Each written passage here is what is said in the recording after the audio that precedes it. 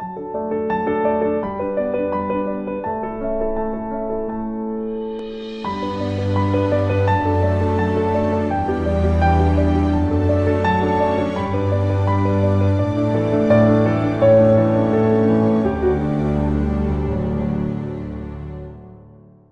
이 가수 중에 브라운 아이즈 소울이란 가수가 있습니다.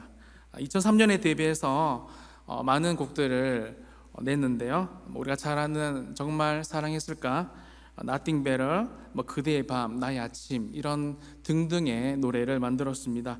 수많은 명곡 중에서 여러분 특별히 제가 정말 사랑하는 이 폭풍속에 주라는 노래가 있는데요. 잠시 한번 들어보겠습니다. 잔잔하던 내 바다,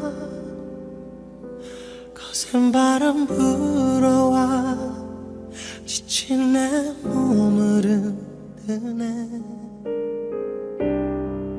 고요하던 내 맘은 쓸쓸한 밤을로 헤매이고 거센 바람. 네, 여러분, 이런 노래인데요.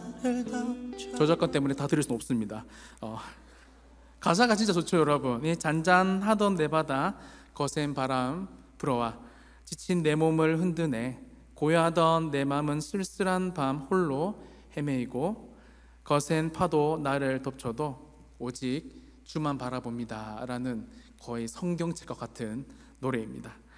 그런데 여러분, 이런 노래 우리가 참 듣기는 좋은데요, 이런 상황이 저와 여러분의 삶에 발생하기 시작하면 그때부터 문제가 됩니다. 지난주 수요일이었는데요, 저희 가족 카톡방에 어머니가 갑자기 아파서 병원에 입원하셨다라는 비보를 듣게 되었습니다.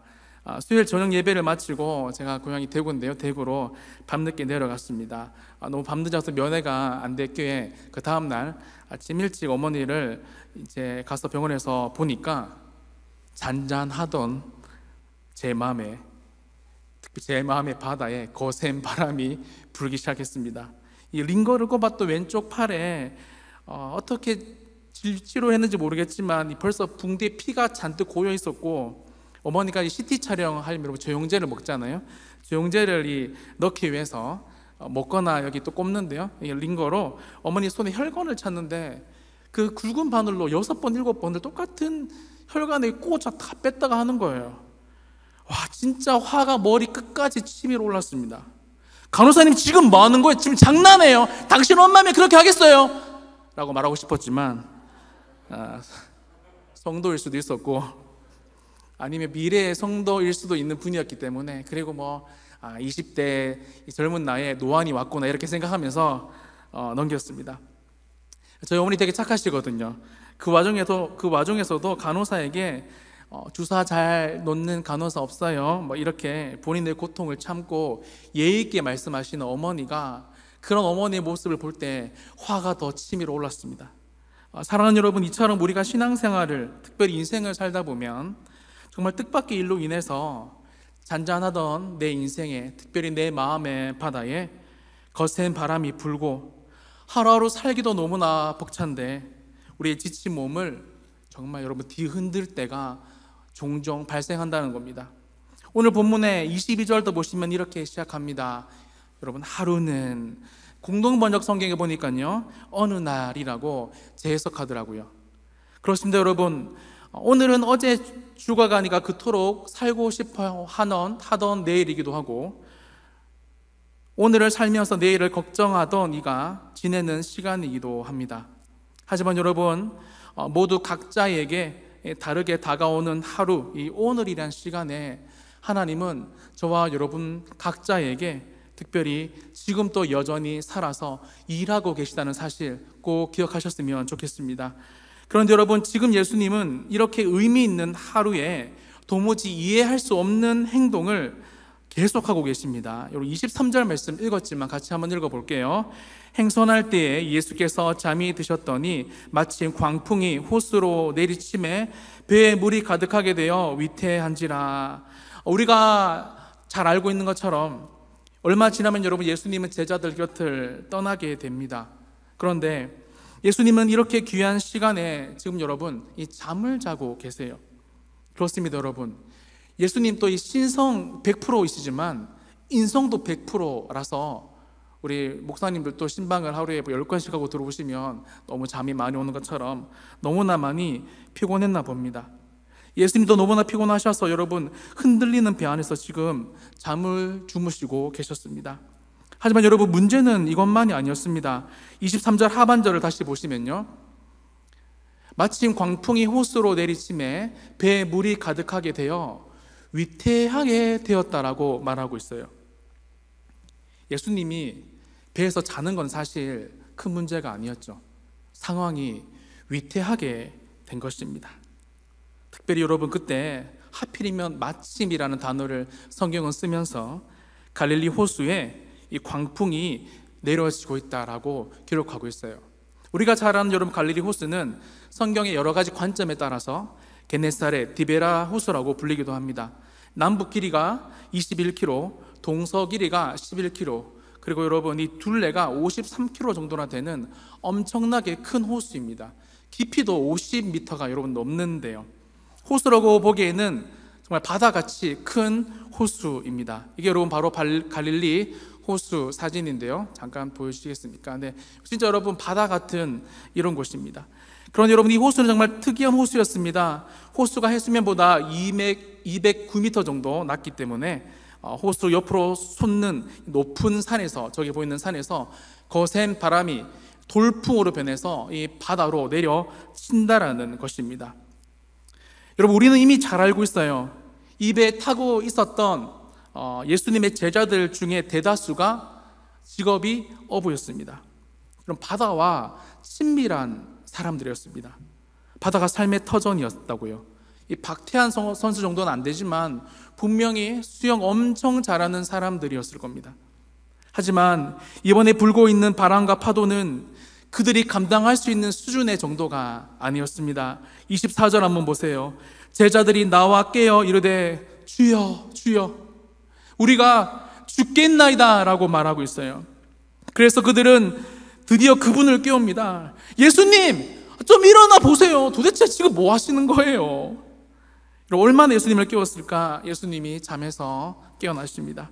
그리고 이렇게 말씀하시고 행동하시는데요, 24절 후반절입니다. 예수께서 잠을 깨사 바람과 물결을 꾸짖으시니 이에 그쳐 잔잔하여지더라. 잠에서 깨신 예수님은 한편으로는 이 바람을, 또 한편으로는 물결을 꾸짖으십니다. 똑같이 이 기사가 똑같은 장면을 기록한 이 마가복음 4장에서 여러분 이렇게 기록하고 있는데요, 예수께서 깨어 바람을 꾸짖으시며 바다더러 이르시되 잠잠하라 고요하라 하시니 바람이 그치고 아주 잔잔하여졌대요.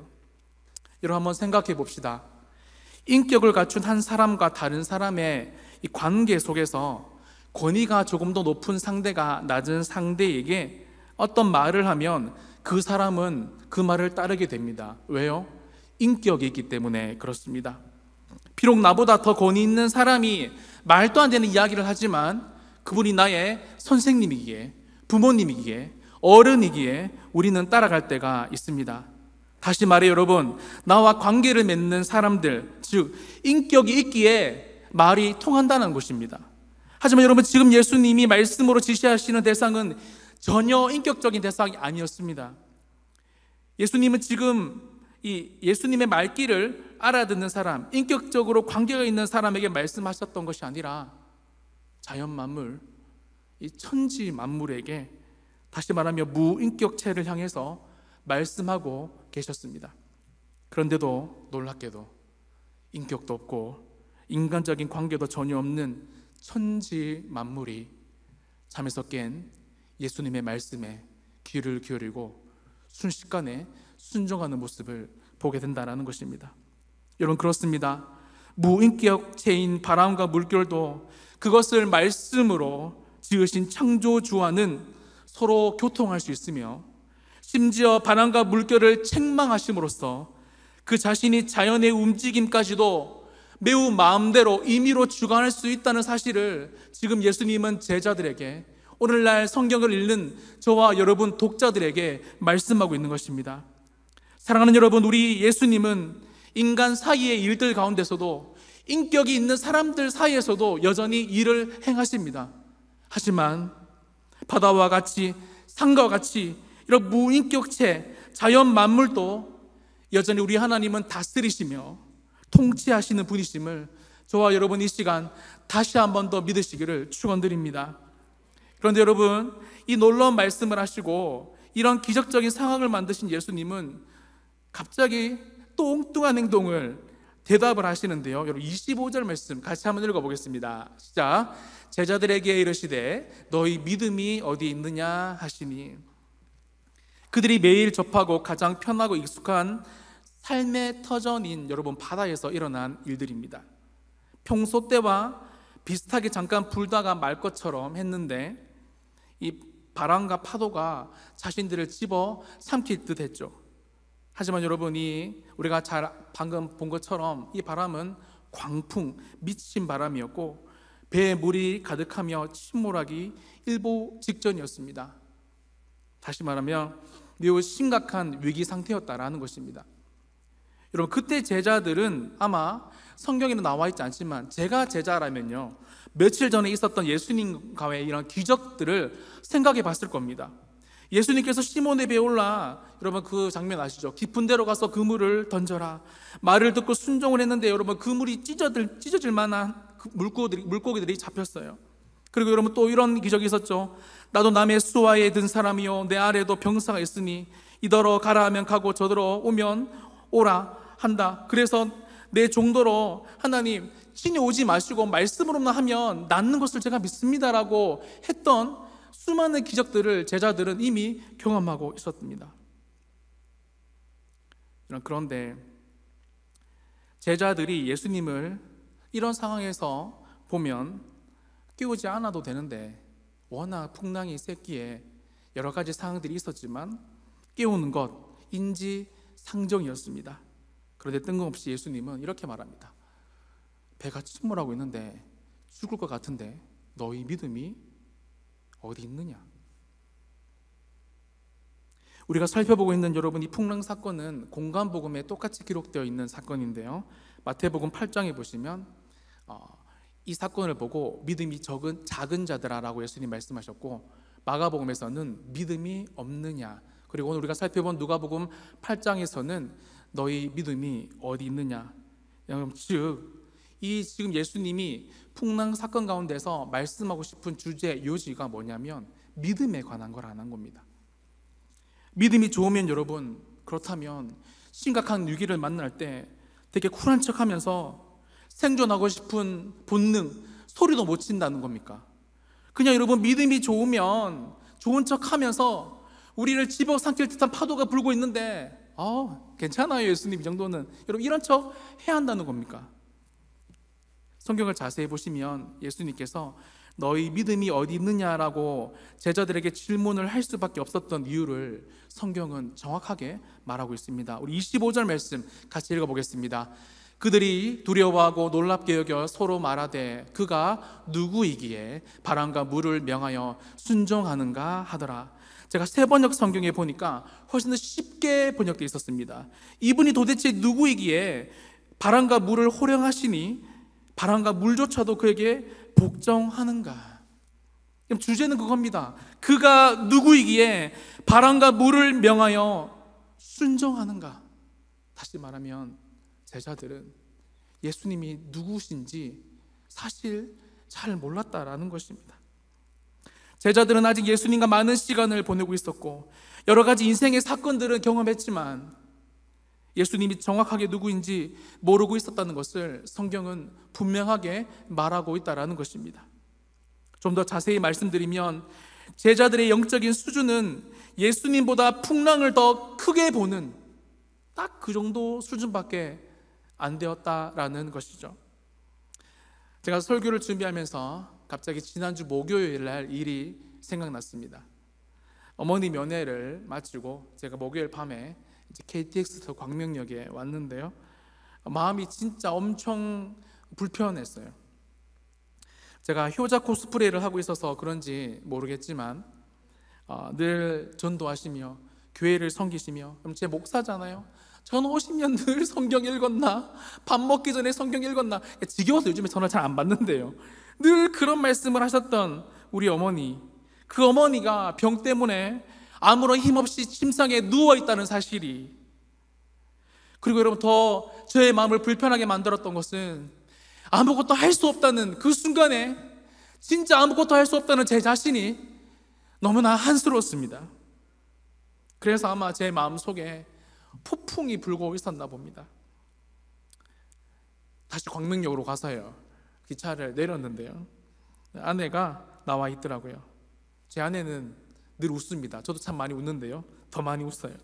눈치도 빨라서 제가 지금 어떤 마음인지 알더라고요. 그리고 조수석에 제가 힘없이 털썩 주저앉아서 아무 말도 하고 있지 않고 있으니까, 힘내요 여보, 어머님 잘 회복하실 거야 라고 말하지 않고 그냥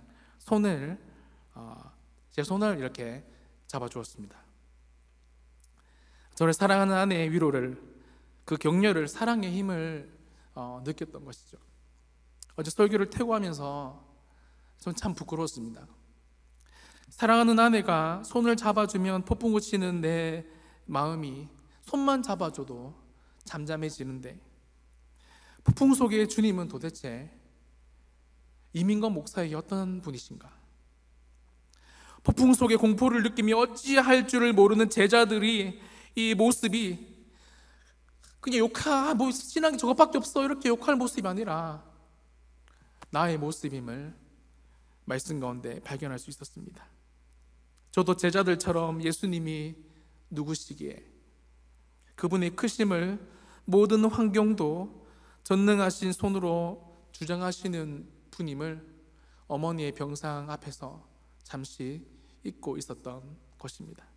사랑하는 여러분, 우리는 인생을 살면서 오늘 제자들이 경험한 이 인생의 풍랑을 만나지 않기를 모두 다 소망할 거예요. 목사님, 제 소망은 풍랑을 만나는 거예요, 이렇게 말씀하시는 분 없잖아요. 당연하죠 여러분. 그 누가 우리 인생을 뒤흔들고 위태하게 만드는 풍랑을 만나고 싶겠습니까? 그럼에도 불구하고 우리가 살아가는 이 인생은 우리가 만든 실수 때문에서나, 오늘 본문처럼 예수님이 배에 오르라고 하셔서 말씀에 순종해서 배에 같이 올랐는데, 심지어 예수님이 배에 함께 타고 계시는데도 신앙생활을 할 때 이 불청객처럼 찾아오는 풍랑을 만날 수밖에 없는 게 이 땅을 살아가는 인생인 것 같습니다. 그러므로 우리는 풍랑을 만났을 때 우리 영적인 현주소를 정확하게 알 수 있다라는 거예요. 또한 우리가 믿는 예수님이 우리를 얼마나 많이 사랑하시는지, 어떤 능력을 가지고 계시는지, 그가 누구신지 정확하게 알게 된다라는 것입니다. 그렇다면 오늘 이 똑같은 상황을 좀 제자들의 입장에서 여러분에게 설명드렸는데요, 예수님의 입장에서 한번 설명해 보겠습니다. 오늘 본문에서 여러분 광풍 가운데 배가 침몰할 만큼 위태한 상황 가운데 여러분 예수님 뭐 하고 계셨습니까? 그렇습니다. 주무시고 계셨어요. 신학자들이 이 사건에 대해서 의견이 되게 분분한데요, 제가 쉽게 설명드리면 이렇습니다. 예수님은 말씀대로 주무셨다. 또한 아니다, 예수님은 주무시는 척했다. 아니다, 예수님은 태어날 때부터 잠이 많으셨다. 어버가도 모르시는 분이다. 이런 해석들이 많아요. 여러분, 이유가 어쨌든 오늘 본문은 우리에게 예수님께서 분명히 주무셨다라고 기록하고 있습니다.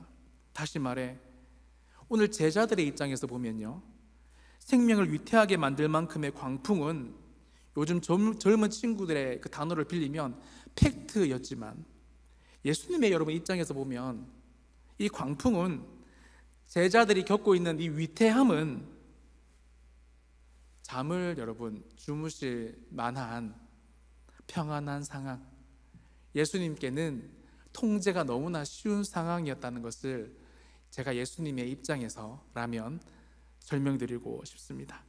사랑하는 여러분, 그렇습니다. 예수님은 풍랑을 만난 제자들에게 풍랑을 잠잠케 할 수 있는 능력을 기대하시는 것이 아니었습니다. 예수님은 풍랑이라는 문제 앞에서 두려움이 아닌 이 풍랑을 충분히 컨트롤할 수 있는 그래서 평안히 주무시고 계시는 예수님을 직접 보면서 제자들이 예수님이 어떤 분이신지에 대한 믿음, 신뢰를 가졌으면 좋겠다라는 마음이 계셨다라는 것입니다. 제가 여러분 말을 너무 길게 했는데요, 요약하면 이렇습니다. 우리 같이 한번 읽어보겠습니다. 시작. 예수님은 위기의 순간에 우리에게 능력이 아니라 믿음의 태도를 기대하신다. 아멘. 말씀을 마무리합니다. 여러분, 신학적인 관점에서 보면 저와 여러분에게 일어나고 있는 모든 일들 하나님의 주권 안에서 일어나는 것들입니다. 다시 말해, 우리가 기도하지 못하고 신중하지 못하고 실수를 해서 인생의 광풍도 일어나지만, 오늘 본문의 말씀처럼 예수님의 말씀을 따라 살아갈 때 우리 인생을 위태하게 만드는 광풍도 여러분 만날 수 있다라는 거예요. 하지만 분명한 것은 우리에게 일어나는 모든 광풍들이 하나님의 허용 안에서 일어난다는 것입니다. 예수님께서 함께 타고 계시는 저와 여러분의 인생에 비해서 일어나는 모든 일들, 우리의 인생에 눈물 짓게 만드는 일들은 여전히 그분이 허용하셔서 일어나는 일들이라는 사실을 여러분 꼭 믿으시고 마음에 큰 위로와 평안을 얻었으면 좋겠습니다. 그래서 여러분, 여러 가지 힘들고 어려운 일이 일어날 때 다급하게 예수님 좀 일어나 보세요, 저 죽게 생겼어요 라고 여러분 그렇게 다가가는 것이 아니라 아주 멋있게, 예수님 이제 좀 일어나실 때예요, 예수님 이제 저를 구원하실 때라니까요 라는 여러분 신뢰와 믿음이 있었으면 좋겠습니다.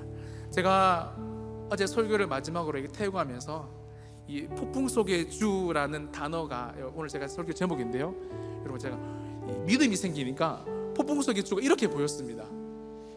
글자가 거꾸로 보이면서 여러분 주의 속 폭풍이라고 보이더라고요. 여러분 뭐가 다른지 알겠습니까? 폭풍 속의 주는 폭풍 가운데 여러분 보일라 말라 하는 흐릿한 주님이지만, 여러분 주의 속 폭풍은 너무나 크시고 위대하시고 광대하신 주님께 대하면 폭풍은 너무나 작은 폭풍이다 라는 것입니다. 맥스 루케이도 목사님의 말을 전하면서 설교를 마칩니다. 제 카톡에 적어둔 제가 좋아하는 구절인데요, 폭풍이 얼마나 큰지 하나님께 말하지 말고 폭풍에게 하나님이 얼마나 큰지 말하라. 이러한 신앙생활 하시는 저와 여러분 되시기를 예수님의 이름으로 간절히 소망합니다.